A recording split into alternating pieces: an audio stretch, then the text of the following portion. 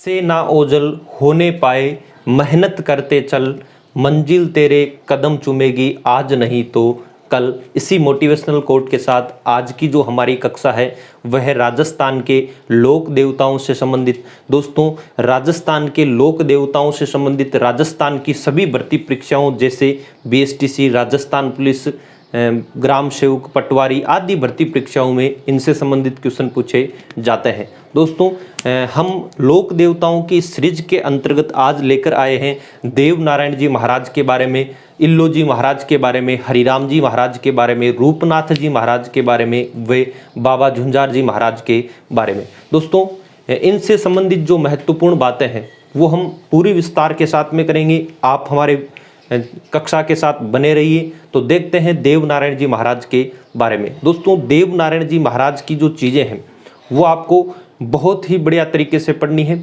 देखते हैं देव नारायण जी महाराज।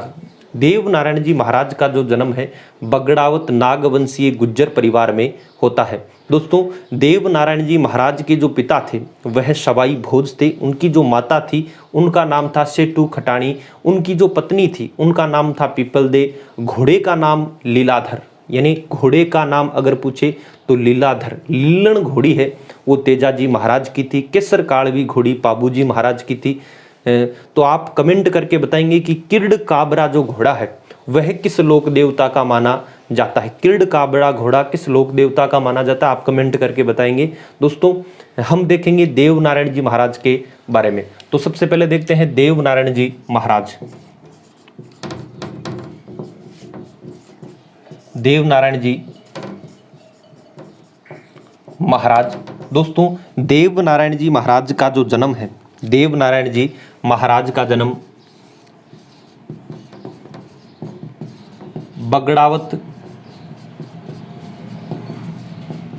नागवंशीय गुज्जर परिवार में होता है। देव नारायण जी महाराज का जो जन्म है वह बगड़ावत नागवंशीय गुज्जर परिवार में होता है। दोस्तों, इनके सामान्य परिचय से काफ़ी क्वेश्चन पूछे जाते हैं। तो हम सबसे पहले देखते हैं सामान्य परिचय। सामान्य परिचय में सबसे पहले देखते हैं इनके पिता का नाम, इनकी माता का नाम, इनकी पत्नी का नाम और इनके घोड़े का नाम। दोस्तों, यह काफ़ी बार पूछा जाता है इनसे संबंधित। तो आपको ध्यान में रखना है देव नारायण जी महाराज के जो पिता थे उनका नाम था सवाई भोज। इनका नाम था सवाई भोज। माता का नाम था सेठू खटाणी। माता का नाम था सेठू खटाणी।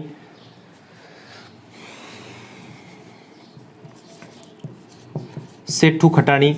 दोस्तों, इसके बाद में आपको ध्यान में रखना है देव नारायण जी महाराज की जो पत्नी थी उनका नाम था पीपल दे। आपको ध्यान में रखना है पीपल दे। जो इनका घोड़ा है वो था लीलाधर। लीलाधर घोड़ा। आपको ध्यान में रखना है नीले घोड़े का अस्वार किस लोक देवता को कहा जाता है, आप कमेंट करके बताएंगे। लीले घोड़े का अस्वार किस लोक देवता को, केसर कालवी घोड़ी किस लोक देवता की मानी जाती है, मैंने आपको भी बताई थी। दोस्तों, अब देखते हैं हम इनका जो आगे का बात है उसके बारे में। दोस्तों, देव नारायण जी महाराज की जो पिता थे वह अजमेर भिनाई के शासक दुर्जन साल से युद्ध करते हुए वीर गति को प्राप्त हुए थे। आपको ध्यान में रखना है देव नारायण जी महाराज के पिता यानी सवाई भोज अजमेर भिनाई के शासक दुर्जन साल से, अजमेर भिनाई के शासक दुर्जन साल से युद्ध करते हुए वीर गति को प्राप्त हुए थे। दोस्तों, इसके बाद में आपको ध्यान में रखना है एक बिंदु, हमने यहाँ पे देव नारायण जी महाराज के बचपन का नाम, देव नारायण जी महाराज के बचपन का नाम है उदय सिंह। इनके बचपन का नाम है उदय सिंह। उसके बाद में देव नारायण जी महाराज नाम हुआ। दोस्तों, जन मान्यताओं के अनुसार एक बार जब देव नारायण जी महाराज अर्थात उदय सिंह का जन्म हुआ था उस समय इनकी माता सेठू खटाणी अपने पीहर जा रही थी और रास्ते में एक जंगल पड़ता है, मालेसरी के जंगल। आपको ध्यान में रखना है कौन से जंगल, मालेसरी के जंगल। और ये मालेसरी के जंगल आसिंद के पास में पाए जाते हैं। दोस्तों मालेश्री के जो जंगल है, इन जंगलों में देव नारायण जी महाराज का जन्म होता है। गुज्जर वंश में देव नारायण जी महाराज को विष्णु का अवतार माना जाता है। विष्णु का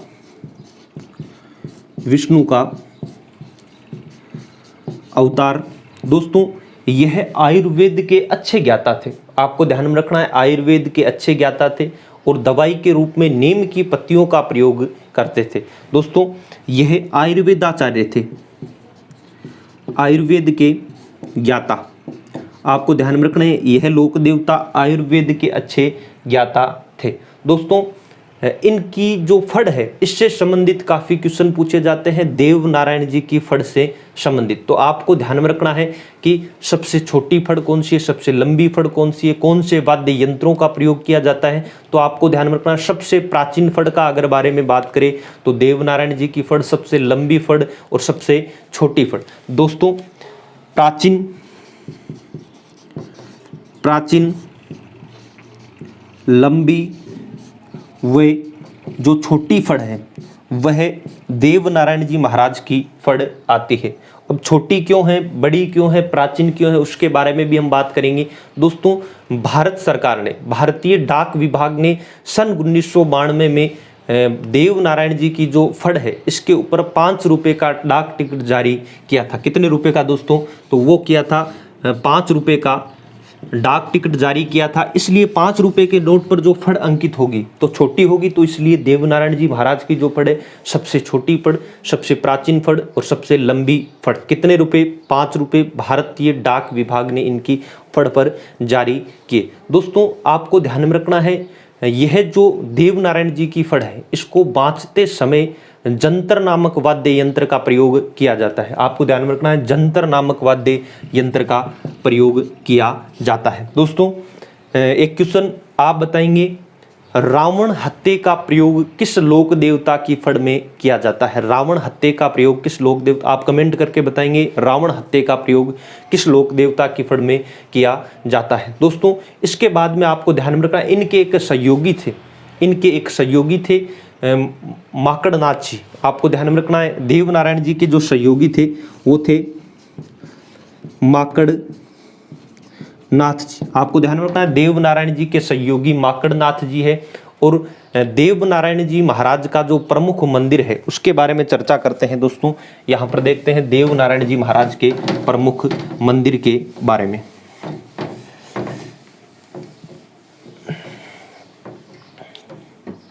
इस प्रकार से देव नारायण जी महाराज का मंदिर बना हुआ है। इस प्रकार से देव नारायण जी महाराज का एक मंदिर बना हुआ है और यह मंदिर है, यह आसिंद भीलवाड़ा में स्थित है। दोस्तों यह आसिंद भीलवाड़ा यानी आसिंद में स्थित है। देव नारायण जी महाराज का जो जन्म है वह आसिंद में हुआ था, मालेश्री के जंगलों में हुआ था और उसी स्थान के ऊपर इनका मंदिर बन रखा है। दोस्तों देव नारायण जी महाराज के मंदिर से संबंध में आपको अगर कभी पूछे देव नारायण जी महाराज के मंदिर के पास में मेला कब भरता है, कहाँ पर है? आसिंद भीलवाड़ा में है। भाद्रपद शुक्ल सप्तमी को यहाँ पर मेला भरता है। आपको ध्यान में रखना है, इस मंदिर में भाद्रपद शुक्ल सप्तमी को भव्य मेले का आयोजन होता है। भाद्रपद शुक्ल सप्तमी को देव नारायण जी महाराज के मंदिर में भव्य मेले का आयोजन होता है। दोस्तों देव नारायण जी महाराज की जो पूजा होती है वह ईंट व नीम की पत्तियों की होती है। कई बार एग्जाम में पूछ सकते हैं, राजस्थान की किस लोक देवता की पूजा ईंट व नीम की पत्तियों से होती है? ईंट व नीम की पत्तियों से जो पूजा होती है, ईंट व नीम की पत्तियों से जो पूजा होती है वो होती है देव नारायण जी महाराज की। दोस्तों देव नारायण जी महाराज आयुर्वेद के रूप में नीम की पत्ती का प्रयोग किया करते थे, उपचार में नीम की पत्ती को लिया करते थे। दोस्तों देव नारायण जी महाराज की जो देह त्याग हुआ था, मृत्यु हुई थी, वो कहाँ पर हुई थी? कई बार एग्जाम में पूछा जाता है। तो देवमाली ब्यावर में इनकी मृत्यु हुई थी, देवमाली ब्यावर, आपको ध्यान में रखना है, देवमाली ब्यावर। दोस्तों एक क्वेश्चन आप कमेंट बॉक्स में कमेंट करके बताएंगे, पाबूजी महाराज जिंदराव खिची से युद्ध करते हुए कहाँ पर वीरगति को प्राप्त हुए थे, वो कौन सा कस्बा है, किस जिले में आता है। दोस्तों हम देखेंगे देवमाली ब्यावर के बारे में। देवमाली जो ब्यावर है वहाँ पर भाद्रपद शुक्ल सप्तमी को देवमाली यहाँ पर भाद्रपद शुक्ल सप्तमी को भव्य मेले का आयोजन होता है। देव नारायण जी महाराज के जो अन्य मंदिर हैं उनके बारे में चर्चा करते हैं। दोस्तों देव नारायण जी महाराज के देव नारायण जी महाराज के अन्य मंदिर तो आपको ध्यान में रखना है, आसिंद भीलवाड़ा में एक तो जो प्रमुख मंदिर है वो है आसिंद भीलवाड़ा में, दूसरा है देवमाली ब्यावर में, तीसरा जो मंदिर है वो है जोधपुरिया टोंक में। दोस्तों जोधपुरिया टोंक में एक मंदिर है देव डूंगरी। दोबारा देखते हैं, आसिंद भीलवाड़ा, देवमाली ब्यावर, जोधपुरिया टोंक और देव डूंगरी। दोस्तों देव डूंगरी जो मंदिर है वह आपके चित्तौड़गढ़ में स्थित है। एक देवधाम जोधपुरिया टोंक है वह टोंक में स्थित है। दोस्तों जो देव डूंगरी का मंदिर है वह मेवाड़ के शासक ने निर्मित करवाया था। आपको ध्यान में रखना है, जो मेवाड़ के शासक शांगा थे वह देव नारायण जी के भक्त हुआ करते थे और उन्होंने ही चित्तौड़गढ़ में देव नारायण जी महाराज के मंदिर का निर्माण करवाया। एक मंदिर है नंगला जहान भरतपुर में, आपको ध्यान में रखना है, नंगला जहान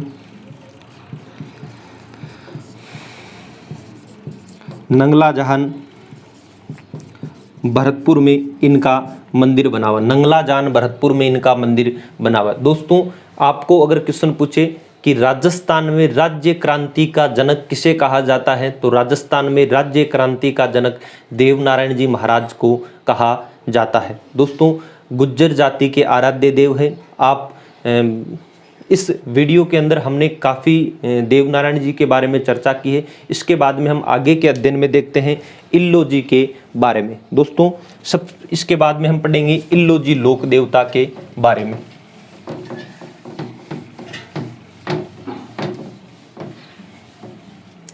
देखते हैं इल्लो जी। दोस्तों इल्लो जी जो लोक देवता है इन्हें मारवाड़ में छेड़छाड़ के लोक देवता, आपको ध्यान में रखना है, मारवाड़ में छेड़छाड़ के लोक देवता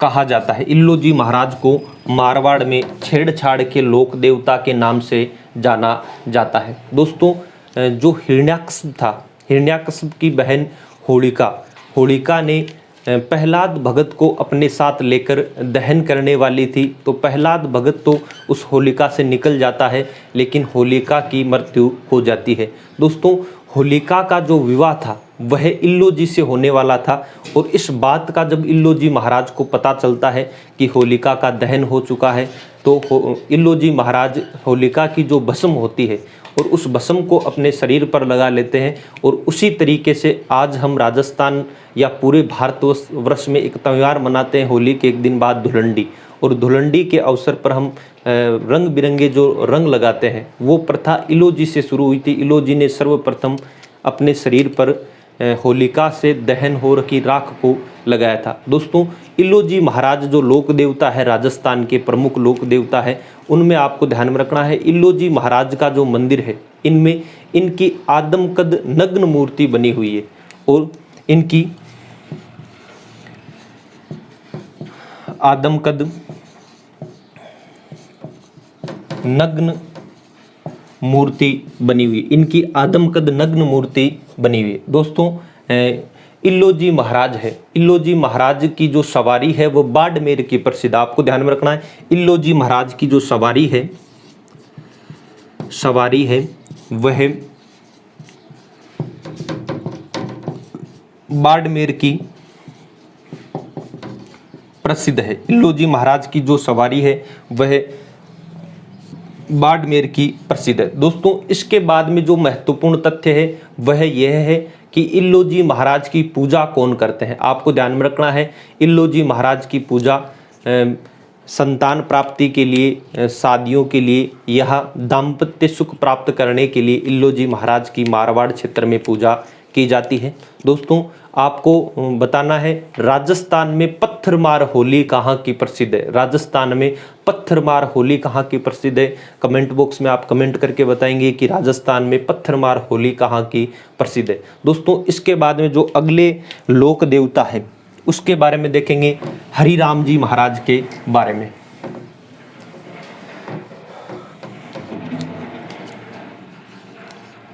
हरि राम जी महाराज। दोस्तों हरिराम जी महाराज का जो मुख्य मंदिर है वह झोरडा नागौर में बना हुआ है। आपको ध्यान में रखना है, हरिराम जी महाराज का जो मुख्य मंदिर है वह झोरडा नागौर में बना हुआ है। और हरिराम जी को सांपों के देवता के रूप में राजस्थान के चूरू, नागौर, बीकानेर क्षेत्रों में पूजा जाता है। दोस्तों जो हरिराम जी महाराज है उनका प्रमुख मंदिर, अगर आप सुजानगढ़ से नागौर की तरफ जाते हो तो नागौर की तरफ जाने पर एक गांव आता है चारू गांव, और चारू गांव से कुछ दूरी पर झोरडा नामक शहर कस्बा टाइप गांव है, और उस गांव में हरिराम जी महाराज का मंदिर बना हुआ है। दोस्तों हरिराम जी महाराज की सामान्य परिचय के बारे में बात करते हैं तो देखते हैं, हरिराम जी के जो पिता थे उनका नाम, पिता हरिराम जी महाराज के जो पिता थे उनका नाम था राम नारायण।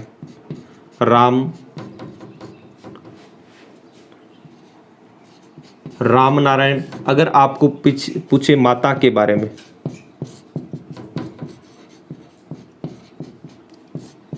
तो हरिराम जी महाराज की जो माता थी उनकी चंदना या चंदनी नाम था। हरिराम जी की माता का चंदनी नाम था। दोस्तों हरिराम जी महाराज का जो गुरु है उनका नाम था भूरा, गुरु भूरा। आपको ध्यान में रखना है, हरिराम जी महाराज राजस्थान में सर्पों के लोक देवता के रूप में पूजे जाते हैं। दोस्तों रेतीले मैदानों में, रेतीले जो क्षेत्र है, मरुस्थलीय क्षेत्र है, यहाँ पर अत्यधिक सर्प होने के कारण हरिराम जी महाराज ने सर्पों का जहर उतारने के लिए कुछ मंत्र सीखे थे, और इसीलिए यह कलयुग में सर्प लोक देवता के रूप में पूजे जाते हैं। एग्जाम में कई बार पूछा जाता है कि राजस्थान के किस लोक देवता की सांप की बम्बी व चरण कमल की पूजा होती है, तो हरिराम बाबा की सांप की बम्बी, हरिराम जी महाराज की सांप की बम्बी व चरण कमलों की पूजा होती है। चरण कमलों की पूजा होती है। दोस्तों हरिराम जी महाराज के मंदिर के समीप भाद्रपद शुक्ल पंचमी को भव्य मेले का आयोजन होता है। भाद्रपद शुक्ल पंचमी को भव्य मेले का आयोजन होता है। दोस्तों ये हमने बात की थी हरिराम जी महाराज के बारे में। मारवाड़ के क्षेत्र में हरिराम जी महाराज के कई चमत्कारों के बारे में बताया जाता है। दोस्तों अगले जो हम लोक देवता पढ़ेंगे वो पढ़ेंगे रूपनाथ जी झरडा, जो पाबू जी महाराज के भाई बुड्ढो जी के पुत्र थे। हम देखेंगे रूपनाथ जी महाराज के बारे में। इन्हें झरडा के नाम से भी जाना जाता है। दोस्तों यह पाबूजी राठौड़ के, यह पाबूजी राठौड़ के बड़े भाई बुड्ढो जी के पुत्र थे, और इन्होंने अपने पिता व चाचा की मृत्यु का बदला लिया था जिंदराव खिची से। इन्होंने अपने पिता व चाचा की मृत्यु का बदला लिया था जिंद्रावल खिची से। दोस्तों, जो रूपनाथ जी झरडा है उनके मंदिर के बारे में अगर आपको पूछे तो इनका मंदिर एक तो बन रखा है कोल्लू फलोदी जोधपुर में, कोल्लू फलोदी जोधपुर में। एक बन रखा है शिम्बुदड़ा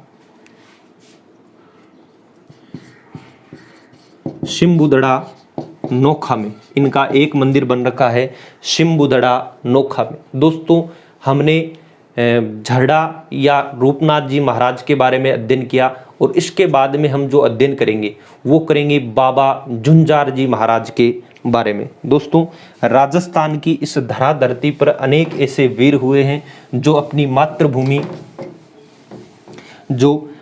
मातृभूमि व गायों की रक्षा के लिए जूझते हुए, दुश्मनों से जूझते हुए वीर गति को प्राप्त हुए। उन्हें हम झुंझार भूमिया की उपमा देते हैं। राजस्थान के हर क्षेत्र में पग पग पर ऐसे वीरों का बलिदान लिखा हुआ है जो झुंझार भूमिया के रूप में पूजे जाते हैं। आज हम बात करेंगे झुंझार भूमिया। एक बार कहा जाता है कि सीकर जिले का इमलोहा कस्बा, सीकर जिले के इमलोहा कस्बे में जो 3 भाई थे उन्होंने दुश्मन लुटेरों के साथ में द्वंद्व युद्ध किया और धड़ कटने के बाद में भी उनकी धड़ युद्ध करती रही और वहाँ से समीप से एक बारात जा रही थी और उस बारात में भी दूल्हे व अन्य लोगों का वध कर दिया जाता है। आज यह लोक देवता झुंझार भूमिया के रूप में प्रसिद्ध होता है। दोस्तों, हम देखेंगे बाबा झुंझार के बारे में।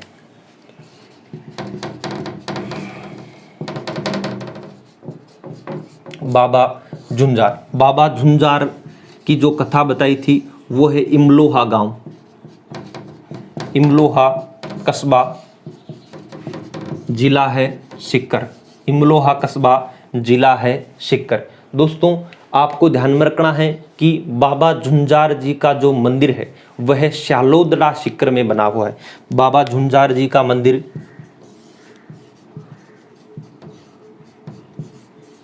श्यालोदड़ा सीकर में बना हुआ है। बाबा झुंझार जी का जो मंदिर है वह श्यालोदड़ा सीकर में बना हुआ है। इनका जो युद्ध हुआ था वह इमलोहा कस्बा सीकर जिले में हुआ था। दोस्तों, इनके यहाँ रामनवमी के दिन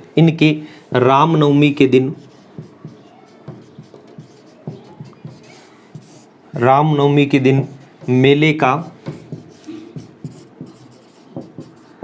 आयोजन होता है। रामनवमी के दिन भव्य मेले का आयोजन होता है। यहाँ पर दुल्हा दुल्हन व अन्य व्यक्तियों के 5 स्तंभ बन रखे हैं। दोस्तों, आज की जो हमारी कक्षा है वो आपको पसंद आई है तो लाइक शेयर सब्सक्राइब जरूर करें।